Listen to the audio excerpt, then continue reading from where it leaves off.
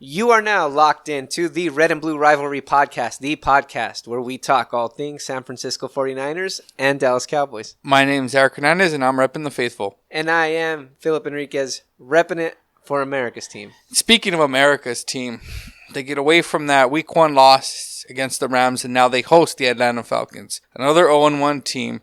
Currently, the Dallas Cowboys are favored to win by 5. So, my first question is, coming off that loss, what are some things you saw that at least you would like to see carry over? And what would you like to see improved heading into that game against the Falcons? Carrying over, not much. Not much at all. Damn. Not much at all. Carrying over, maybe I'd like to see Ezekiel Elliott in a strong running game, because I've always think that when the Dallas Cowboys have a strong running game, they're a top contender in the NFC. And you can take that as far back as the 90s. All the way to just a couple of years ago. As far as what we need to see is we need to see more consistency on the defense, a quick start on defense, because Atlanta's the type of team that if you give them confidence, they have enough weapons to keep the ball rolling on offense. And I don't want to see that because the Cowboys are not built to play from behind. No, and Matt Ryan is a veteran QB.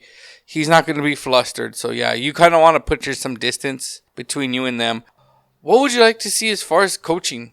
Like, you have McCarthy. You weren't impressed with his first outing in Dallas, but his season's still young. I mean, if you could just tell him something as far as the game plan, not so much, riding Zeke, but what else? Like, what would you want to see him fix in the passing game? I think I saw too much of the same. Yeah.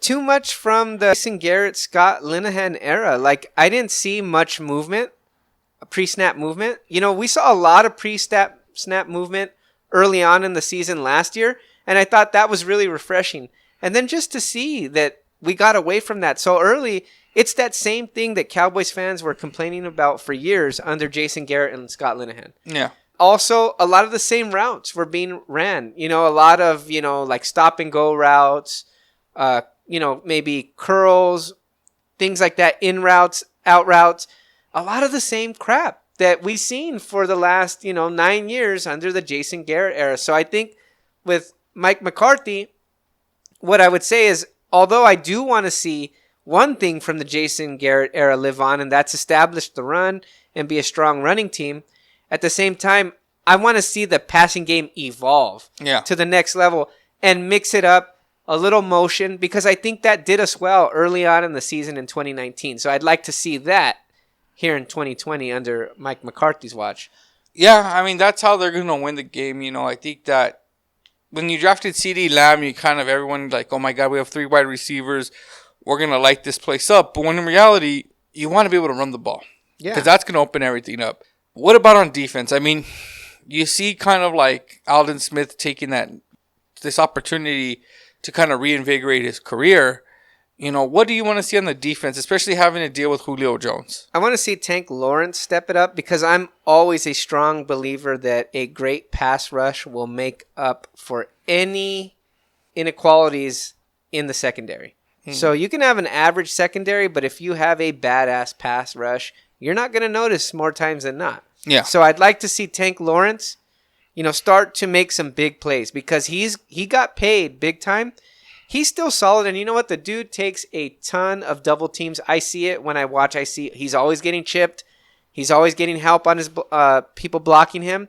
But guys like Khalil Mack, and they see that too. Guys like Aaron Donald, they see that too. But they still get their sacks. They still make their big plays, and I just don't see that enough from Tank Lawrence at this point. So I need to see him make just 1 or 2 big plays.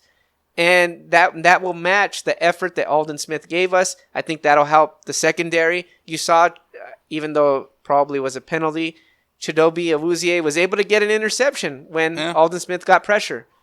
And I'm looking to see more of the same as far as that. I hope Mike Nolan really, really has his defense laser focused, because we cannot afford to fall behind this Atlanta Falcons team. Matt Ryan threw for 450 yards last weekend against the Seattle Seahawks.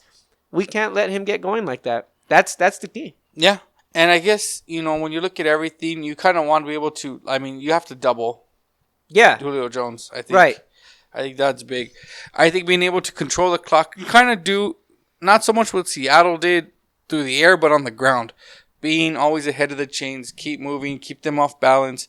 Like I said, I think that the defense is still growing. I think it's still getting used to everything. But at the end of the day, I still think they're a better team than the Falcons. And I think they will take this advantage at home to win. And my question is not if they win, but do you think they cover the 5.5 point spread? What's your final score for this game? I could see this game going back and forth for a while.